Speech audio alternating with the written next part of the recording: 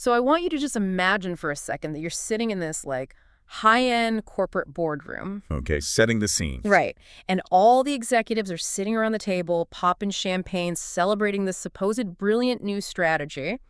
They're going to deploy AI across the entire company, eliminate thousands of white-collar salaries, and just watch their profit margins absolutely soar. Which is pretty much the dream scenario for a lot of CFOs right now. Oh, totally. I mean, it sounds like an inevitable reality if you read the news. Like, we're constantly told that the algorithms are coming for our jobs. Yeah, daily. Right. But here's the crazy part. Right now, 80% of major corporations are actively rolling out AI. But if you actually look at the internal data, only 15% of them are planning to reduce their workforce because of it. It's a massive contradiction. It makes absolutely no sense. So why is the reality on the ground completely contradicting this boardroom fantasy? Well, it's because that assumed trajectory, the whole deploy AI, cut headcount, get rich thing, Yeah. it falls apart completely when you actually look at the numbers. Which is exactly why we are doing this deep dive today. So our mission here is to unpack this really fascinating piece of research by Jonathan H. Westover, PhD. It's titled Frontier AI Research versus Boardroom Dogma. It's a great paper. Really eye-opening. Yeah, it really is. We are going to explore why this super popular narrative of AI replacing human workers is just fundamentally misreading the evidence. And more importantly, how the companies that are rushing to fire people right now are secretly paying a massive, sometimes existential price for it. We really need to look past the hype here, because the way this technology interacts with human labor is infinitely more complex than just a simple one-to-one substitution. Exactly. So whether you're a knowledge worker, worried about your own career, or maybe you're a manager trying to figure out how to integrate these tools without totally destroying your team's morale, you really need to hear this. Let's just start with this big disconnect between the dogma and the data. Right, the dog, right? Yeah. Westover's paper brings up this historical concept to explain why executives are so desperate to believe this displacement narrative. He cites a historian, David Noble, who wrote a book back in 1997 called The Religion of Technology. Yeah, 1997. Which, how does a book from 1997 explain the AI panic of 2024? Well, so Noble traced this deeply ingrained cultural framework in Western society. For centuries, we've basically culturally cast technological innovation as this form of, secular salvation. Secular salvation, that's a strong phrase. It is, but it fits perfectly. The underlying belief is that tech is this almost divine force that's meant to eliminate scarcity and just liberate humanity from the burden of labor. Right. It's the Jetsons promise. You push a button, a machine makes your breakfast, it walks your dog, and you just put your feet up. Exactly. And the current discourse around AI has just inherited this exact same narrative structure. The contemporary boardroom story of cutting white-collar headcount by half is just the latest iteration of that myth. Because it sells software? Oh, 100%. Yeah. You have tech analysts and global consulting firms actively pushing this framing because it feeds into that deeply held expectation of what tech is supposed to do. Okay, so that is the dogma. The secular salvation, push a button and fire everyone dogma. Let's look at the actual reality. The paper highlights research from Peter McCrory. He's the head of economic research at Anthropic. Right, which is a frontier AI company. Yeah, and just to make sure everyone is on the same page, frontier AI basically refers to the absolute cutting-edge, state-of-the-art models, right? Exactly. Not your basic customer service chatbot from 5 years ago. We're talking massive systems capable of complex reasoning and coding. Yeah. The exact systems that are supposedly taking everyone's jobs. Right. So what did Anthropic's own head of economic research actually find when he looked at the data? So his methodology was really rigorous. McCrory didn't just look at high-level trends. He analyzed real-world AI usage patterns, like how heavily different sectors were actually utilizing their API. Okay. And he layered that over U.S. labor market data across all these different demographics. And he concluded that, as of late 2024, AI has not triggered any observable waves of white-collar unemployment. Wait. Zero. Zero systematic displacement. That is wild. This is coming from inside the house. The company building the tool designed to automate cognitive labor is looking at the economy and going, we can't find the displacement. Yeah, it stands in massive tension with all those dystopian predictions we hear in the business press. And the broader macroeconomic data backs them up completely. Right, the U.S. Bureau of Labor Statistics data. Exactly. Yeah. The BLS data shows U.S. labor markets operating near historically strong levels. Unemployment stayed under 4.5%. And keep in mind, this is happening at the exact same time as the most rapid adoption of a new technology in human history. Right, everybody is using it. But the white-collar jobs that are supposedly the most exposed, software development, legal services, copywriting, none of them are seeing systematic employment declines. No. Which brings us back to that 80-15 statistic. Yeah. 80% of organizations are experimenting with AI, but only 15% plan to reduce their workforce. I'm just struggling to reconcile this. If the tech is that powerful, why aren't they firing people? It fundamentally comes down to a misunderstanding at the executive level about the economic mechanics of technology. They have this wildly simplistic software for salary substitution model in their heads. Right. They view a white-collar worker not as like a holistic problem solver, but just as a bucket of discrete routine tasks. Oh, I see. So their logic dictates that if a software can execute 50% of those tasks, well, you can just fire 50% of your workers. It totally reminds me of those crash diet pills. Oh, yeah. You know the pitch, right? Take this pill, effortlessly drop 20 pounds, and look fantastic for your high school reunion. In the corporate world, the pitch is buy this enterprise software license, effortlessly drop 5,000 employees, trim the fat, and look fantastic for the quarterly earnings call. That is a perfect analogy. But just like a crash diet completely ignores how human biological metabolism actually works, this boardroom strategy ignores how the corporate metabolism functions. Right, just like a crash diet causes a rebound effect where you end up less healthy, the corporate equivalent causes severe organizational damage. Plus, there is this massive temporal dynamic that executives always ignore. What do you mean by temporal dynamic? There's a huge time lag between a technology's invention and its actual economic impact. Think about the electrification of factories in the early 20th century. You'd think that swapping a massive steam engine for electric motors would instantly make a factory more productive. You would think so, yeah. Faster machines, more stuff. But it didn't. Why not? Because to get the actual productivity gains, they couldn't just swap the power source. They had to completely redesign the factory floor. They had to change workflows, retrain managers, and rethink the entire assembly line.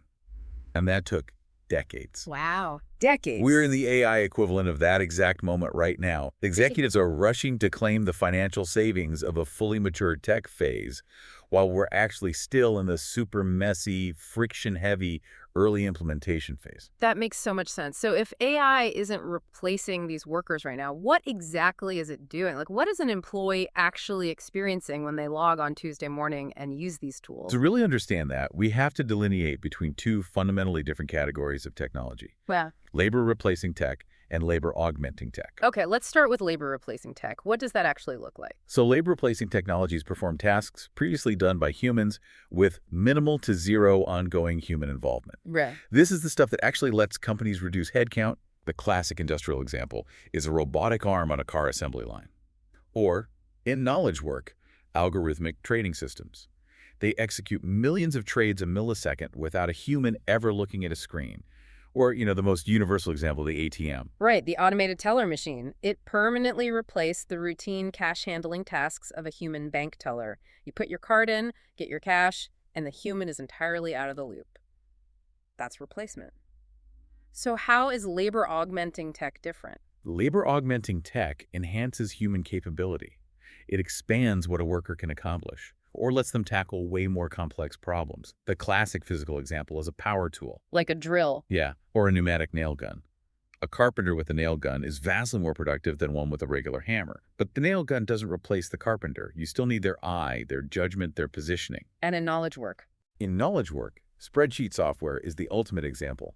When Excel came out, it didn't eliminate financial analysts. It made them exponentially more capable. The cost of running a model dropped, so the demand for financial modeling absolutely exploded. Which actually increased the demand for analysts. Exactly. And Westover argues that AI right now is acting way more like a power tool than an ATM. He sends this specific study on GitHub Copilot by Peng and a team of researchers. For context, GitHub Copilot is an AI assistant specifically used by software developers to help write code. How did they measure its impact? They set up a controlled experiment. They gave developers a task writing an HTTP server in JavaScript. One group coded manually, the other used Copilot. The findings perfectly illustrated augmentation. The developers using AI completed the task 55% faster. 55% faster is massive. Huge. And they reported significantly higher job satisfaction because the AI handled the tedious boilerplate stuff, letting them focus on the complex creative logic puzzles they actually enjoy. But wait, going back to the boardroom dogma, if a developer is 55% faster, a CFO might look at that and say, awesome, I can fire half my engineers and get the exact same amount of code. Did that happen? It did not. And this is the fatal flaw in the dogma. Hmm. Organizations didn't reduce headcount.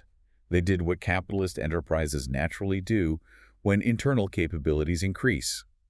They expanded the scope of their work. Oh, they just built more stuff. Exactly. Mm-hmm. The cost of producing code dropped, so they tackled much more ambitious projects. They cleared out technical debt. They built new features. They built bigger, better things instead of shrinking their teams. Okay, I hear you on the augmentation thing, but I'm struggling to buy that this applies everywhere. We've all seen the headlines, companies like Klarna saying they're freezing hiring because their AI is doing the work of 700 customer service agents. So let's take large language models, the AIs that read and write text. The paper notes, they draft documents, summarize massive files. If a lawyer at a corporate firm uses an AI, and they can now read 100 cases in the time it took to read 10, how on earth does that firm justify keeping the same number of lawyers? Why not fire the other 9?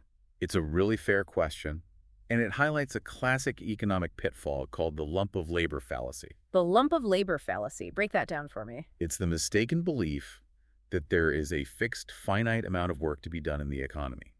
The assumption is if a machine does some of the work, there's a one-to-one reduction in work left for humans. But that's fundamentally not how markets operate. Demand is elastic.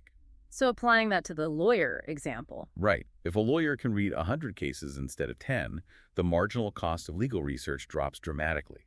But the potential quality and depth of the argument increases. The firm doesn't just stop at 10 cases and send everyone home at noon. Right. They take on more clients. They take on more clients. They pursue more complex litigation that was previously just too labor-intensive. They offer deeper analysis. The work expands to fill the newly created capacity. But there is another layer to this, right? It's not just volume expanding. It's the nature of the AI itself. The paper explicitly mentions AI hallucination in legal and clinical settings. Precisely. Large language models are probabilistic text generators. They predict the next most likely word based on training data. They are not fact retrieval databases. So they hallucinate. They confidently lie. Yeah, they generate false information very confidently. So while an LLM can draft a legal brief and superficially look like it's replacing a task, in actual practice, it has to operate strictly as a tool that enhances human judgment, not an autonomous substitute. Because if a lawyer submits a hallucinated case to a judge, they get disbarred. Exactly. The human must evaluate the relevance, fact-check the citations, construct the narrative, and exercise professional judgment. Same in medicine. A clinician can use AI for diagnostic support, but the physician retains the ultimate, irreducible responsibility for evaluating the patient in person.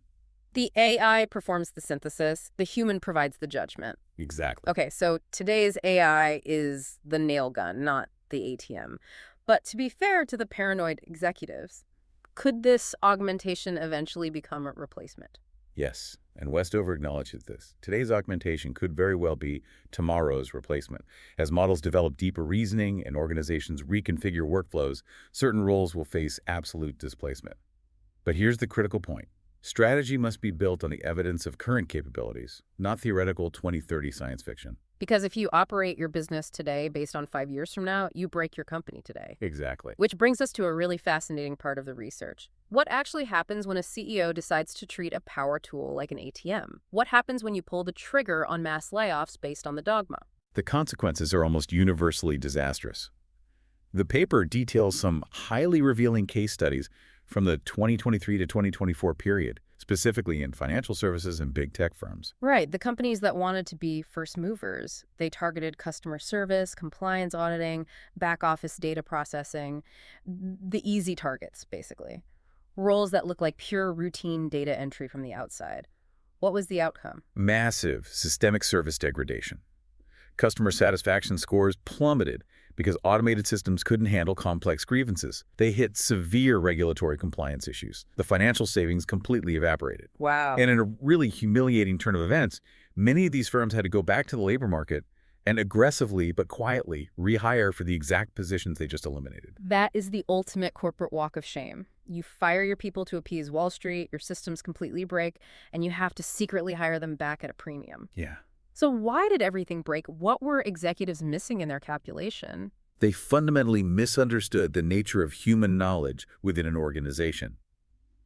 Westover introduces this crucial concept from researchers Nonaka and Takuchi called tacit knowledge. Tacit knowledge. Give me a real-world example of what that looks like on a Tuesday afternoon at a bank. Okay, tacit knowledge is the unwritten context.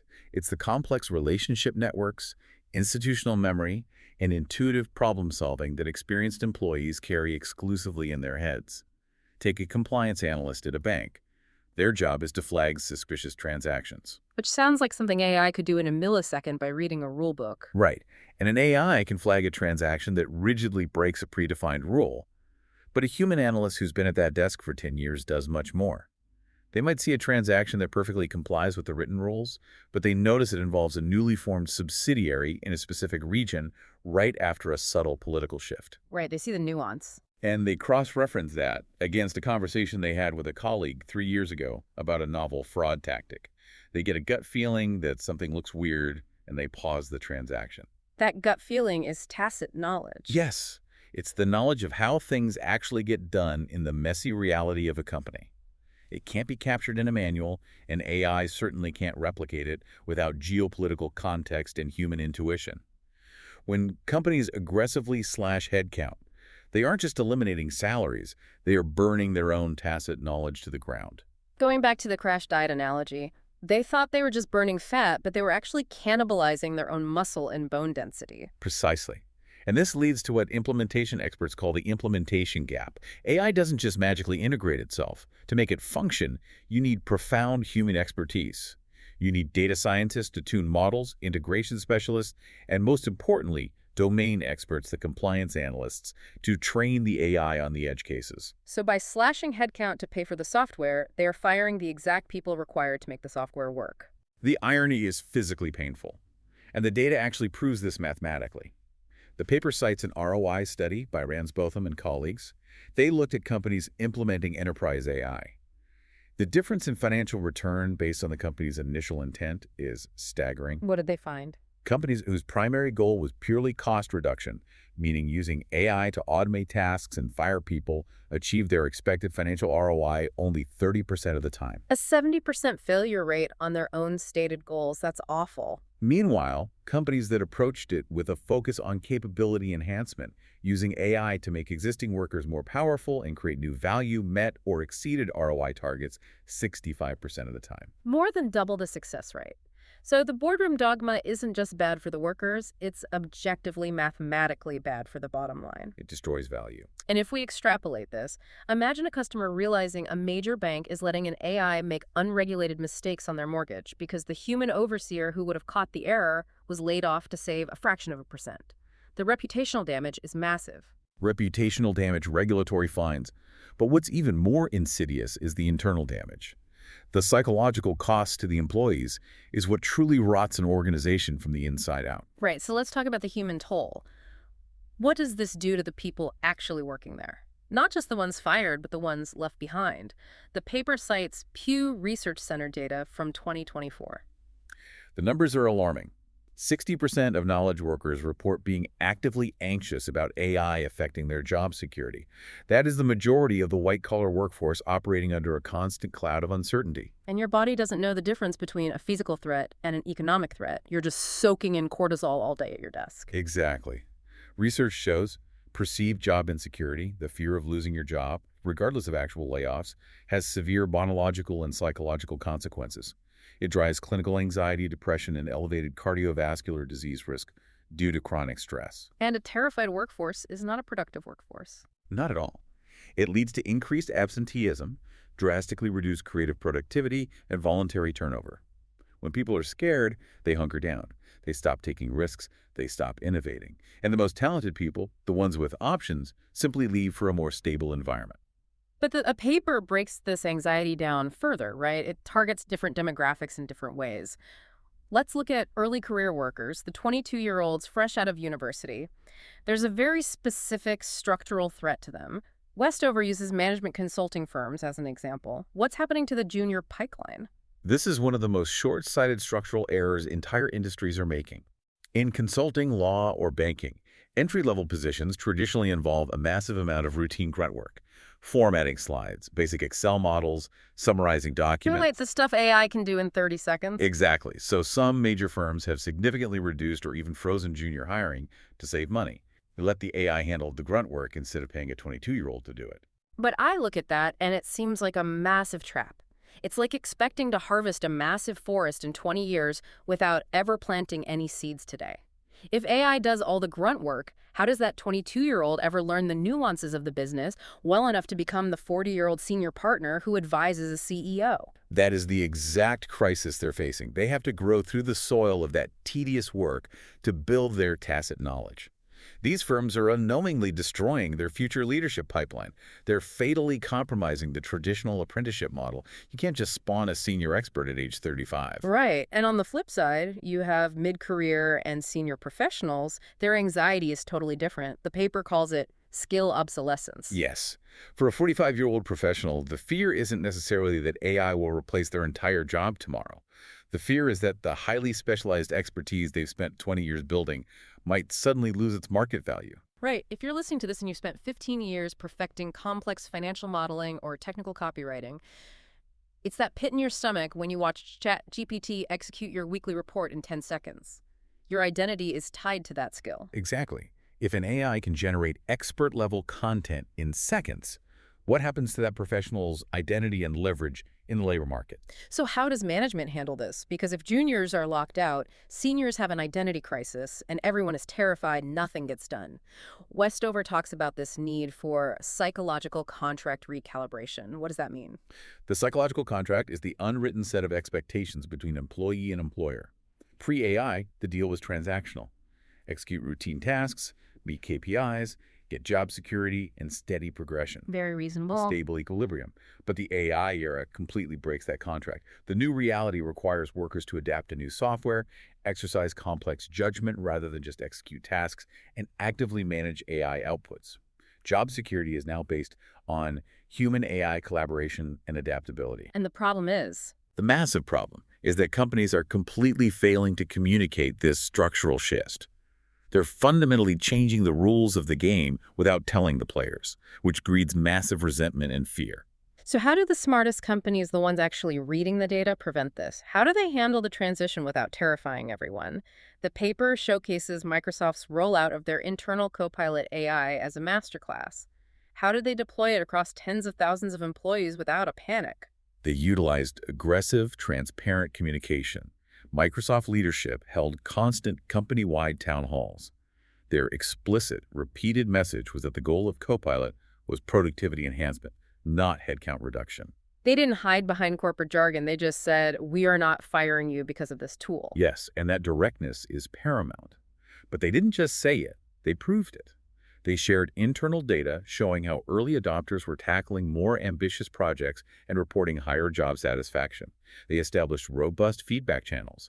It wasn't just PR, it was a calculated operational strategy. By explicitly removing the fear of replacement, they achieved massive adoption rates. Exactly, unlocking the ROI that other companies failed to capture. But let's be real. What happens when a company does have to restructure? Because macro business models do change. Westover introduces procedural justice in the workplace, citing Brockner and Weisenfeld. What is procedural justice and why does it matter so much during layoffs? Procedural justice refers to the perceived fairness of the processes used to make critical decisions, especially regarding layoffs. It's about the how, not just the what. It means management provides a clear, data-backed rationale, consistent application of rules, and most importantly, treating departing employees with profound respect and giving them a voice. The paper uses Unilever as an example during their 2021 to 2023 supply chain transition. What did their process look like? Unilever recognized they had to restructure due to digital and AI transformations. But instead of sudden, traumatic Friday afternoon Zoom call bloodbaths, they initiated a profoundly respectful process. For most position eliminations, they provided 12 months' notice. A whole year. That is practically unheard of. A whole year of runway, and they prioritize internal mobility above all else. They actively spent resources trying to retrain and transfer affected people to emerging roles internally before displacing them. For those who did leave, they established highly generous severance, extended health care, and even funded an alumni network to help them find jobs. That's incredible. And Westover lists others, like Salesforce offering 6 months severance plus a year of healthcare, General Motors literally funding community college for legacy factory workers displaced by AI. But I have to ask the cynical question, is this just corporate PR? Does spending millions on departing people actually save money in the long run? It absolutely saves money, and it is arguably their most critical retention strategy for the people staying. This brings up survivor syndrome. Survivor syndrome. Break that down for the people who don't get fired. The employees who survive a round of layoffs are watching management like hawks. If they observe departing colleagues, people they respect being treated poorly, discarded without notice, locked out their laptops, the foundational trust of the organization is instantly shattered. Because they realize that could be me tomorrow. Exactly. And the immediate result is that the survivor's own effort plummets. Discretionary effort disappears. Loyalty vanishes. They spend half their day updating resumes and taking interviews instead of working. So procedural justice isn't just benevolence. It's fundamentally about preserving the engagement and psychological safety of your top talent who remain. It's the ultimate preventative measure against brain drain. The hidden costs of bad layoffs aren't just lawsuits, it's the absolute inability to recruit top-tier talent ever again because everyone knows your culture is toxic. Exactly. Paying generous severance is a necessary investment, but it remains a last resort. Because the ultimate strategic goal isn't mitigating the damage of firing people. It's keeping your people and radically upgrading their capabilities. Right, which brings us to reskilling. If AI is a power tool, you need to train people to use it. And frontier companies are spending staggering amounts on this. The scale is a massive paradigm shift. Amazon Web Services committed $1.2 billion to train 21 million people globally in cloud and AI. Siemens set up AI training academies for legacy factory workers to learn how to collaborate with AI robotics. JP Chase invested $350 million entirely in employee reskilling. This isn't just a weekend seminar at a Marriott, this is systemic re-education, and it leads to what Westover calls strategic workforce planning. The Kaiser Permanente example absolutely fascinated me. They're deploying clinical AI diagnostic tools, the dogma would say. AI diagnoses faster than a radiologist, so fire the nurses and doctors. What did Kaiser do? Kaiser rejected the substitution model and engaged in true capability mapping. They deeply analyzed clinical workflows. They identified which tasks could be augmented by AI, and crucially, which tasks required irreducible human judgment, empathy, and physical intervention. They realized they didn't need fewer nurses. They needed an entirely new kind of nurse. So they created a new role. Yes, the clinical AI coordinator. What does a clinical AI coordinator actually do? These are veteran nurses whose specific job is to help clinical teams safely integrate AI diagnostic tools into active patient care. They interpret the AI's statistical recommendations within the specific, messy, holistic context of a human patient's life. They identify edge cases where the AI is hallucinating, bridging the gap between cold machine output and human medical empathy. That is brilliant. It sounds exactly like the evolution of commercial aviation. We moved from a single pilot wrestling the aircraft manually to a pilot managing a highly advanced automated autopilot system. You don't fire the pilot just because the plane can hold cruising altitude. You need them for turbulence, weather navigation, and when sensors fail. You pay for seasoned judgment and crisis management. That is the perfect analogy for knowledge work. Deloitte is doing something very similar in professional services, restructuring consulting teams to combine human consultants with bespoke AI tools, allowing them to take on infinitely more complex global engagements, expanding analytical capability to drive higher revenue, not shrinking the team to save money. But there is a massive difference between simply training someone and engaging in true capability mapping, right? Training is superficial, teaching an employee which buttons to click on a dashboard. Capability mapping is a rigorous organizational redesign. Management looks at the value chain and asks, where does human empathy, ethical reasoning, and tacit knowledge create unique value that a machine cannot replicate? And then you physically redesign the organization, building entirely new roles around those deeply human capabilities. But putting new roles in place requires support. You can't just drop an advanced AI into a hospital, say use human judgment, and walk away. You need structure. The paper talks extensively about distributed AI governance. What is that, and why is it superior to the old way? Governance is about oversight, risk management, ethical compliance. The traditional mistake is delegating governance entirely to the IT department. Westover argues that fails with AI. Distributed governance mandates involving diverse cross-functional stakeholders from across the entire organization. Because if only the tech guys are in charge, they might optimize the code but miss the real-world impact on customers. Exactly. Novartis, the pharma giant, is a great example. For their R&D AI tools, they use cross-functional ethics boards, including data scientists, functional pharma reps, legal experts, bioethicists, and external patient advocates. Bank of America created a network of AI ethics champions embedded directly within business units. So not just IT guys in a basement. No, experienced frontline banking professionals, loan officers, risk analysts who receive specialized training in AI ethics. They act as a context-aware governance resource right on the front lines. Embedding guardrails into the daily workflow. But governance is just rules. The AI needs data and context. Westover introduces knowledge infrastructure. He mentions Bechtel and the Cleveland Clinic. Isn't a knowledge infrastructure just corporate speak for a big wiki page? It's far more dynamic than a static wiki page. Huh. Returning to tacit knowledge, AI systems are data-hungry, but raw data is stripped of context.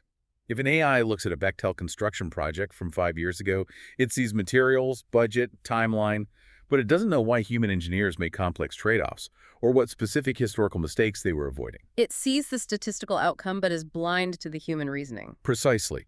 A robust knowledge infrastructure systematically captures that reasoning. Bechtel captures the explicit judgment criteria, environmental factors, and contextual decision-making of experienced engineers. The Cleveland Clinic mandates documentation of physician diagnostic reasoning. Crucially, they meticulously document failure modes, edge cases, where the AI's recommendation was wrong or lacked patient context. So it's a continuous closed-loop feedback system. Humans train the AI on bizarre edge cases, and AI surfaces historical context for the humans. Yes. Without this, the AI operates in a dangerous vacuum of common sense, failing spectacularly on novel edge cases. It desperately needs the structured knowledge of human failure and reasoning. And wrapping all of this together is the underlying culture. If culture is toxic and everyone is terrified, guardrails don't matter. Westover highlights the necessity of a purpose-driven culture. He uses REI and Khan Academy as examples. Culture dictates whether employees view AI as a collaborative tool or a threat. REI deployed advanced AI recommendation systems, but they explicitly framed it not as a way to maximize upselling or cut retail staff, but to help customers find the exact right gear, thereby reducing environmental waste from returns. They aligned it with their core environmental mission. And Khan Academy did the same in education. They developed an AI tool called Conmigo, positioning it explicitly as a teaching assistant, not a teacher replacement. It handles routine explanations and grading, freeing up the human teacher's time to focus on mentoring, emotional relationships, and deep learning challenges. They culturally framed it to elevate the human element, not eliminate it, but we have to acknowledge an uncomfortable reality. All these guardrails are fantastic for the tech we have today, but the AI landscape shifts every month. Models get exponentially smarter. How does a company confidently plan for an unpredictable future? By explicitly avoiding rigid plans and developing adaptive capacity, this is the ultimate organizational superpower in the AI era. Define adaptive capacity. It's the structural ability to continuously monitor evolving tech, rapidly adjust strategies based on real-world evidence, and maintain absolute operational flexibility, the exact opposite of a rigid 5-year master plan. Because a rigid 5-year plan in this environment is a suicide pact. The tech changes 3 times in year 1. Exactly. Meta's strategy is a prime example. They use a highly modular implementation approach. They emphatically do not bet the entire infrastructure on one massive AI rollout. They run numerous highly contained AI pilots simultaneously, track metrics ruthlessly, and culturally, they're willing to kill pilots that don't work immediately while rapidly scaling the ones that prove value. It's survival of the fittest AI tools within the corporate ecosystem. Yes, BMW is doing this in physical manufacturing with their factory of the future. They run parallel production lines, one traditional human-operated, and right next to it, an AI-augmented line, comparing productivity, defect rates, and worker experience in real time. A constant multi-million-dollar A/B test on their own manufacturing process. Because they recognize the danger of premature convergence. While current data shows AI augmenting labor right now, any honest analysis must acknowledge it might tip into outright replacing certain labor later. If a company locks into a rigid infrastructure today, assuming AI will only ever be a co-pilot, they might be catastrophically blindsided if the tech takes a massive leap in independent reasoning. So, summarizing the best possible strategy right now, it is essentially don't put all your chips on red. Maintaining optionality is the highest form of strategy. Build the knowledge infrastructure, aggressively train your people, implement AI where ROI makes sense today, but keep your structure and culture flexible enough to pivot entirely if the underlying tech shifts tomorrow. Do not commit irrevocably to a future you cannot predict. So, what does this all mean for the listener? We started in that imaginary boardroom listening to executives celebrate the human-free corporation. What this research shows with undeniable clarity is that the boardroom dogma of simple software for salary substitution is completely detached from economic reality. It's a myth rooted in historical fantasies of secular salvation. The reality of 2024 is that AI right now is fundamentally a tool of augmentation. It requires human oversight, context, and judgment. It is a power tool, not an ATM. And the organizations that will dominate the next decade are not the ones focused on ruthless workforce reduction. They are the ones intensely focused on workforce transformation, investing billions in reskilling, like AWS and JP Morgan, practicing procedural justice like Unilever, creatively redesigning roles around irreducible human empathy and judgment, like Kaiser Permanente. Executives have to treat technology deployment as a profound capability-building exercise. The human in the loop is not an expensive liability. They are the critical, irreplaceable asset that makes the tech function in the complex real world. So for you listening, whether you're an entry-level worker learning to use these tools to protect your career, or a manager advocating for better implementation, remember, the true value is in the combination of human and machine, not the replacement of one by the other. The future undeniably belongs to human-AI collaboration. But I want to leave you with a final, slightly provocative thought to chew on. Something that builds on what we talked about regarding tacit knowledge and edge cases.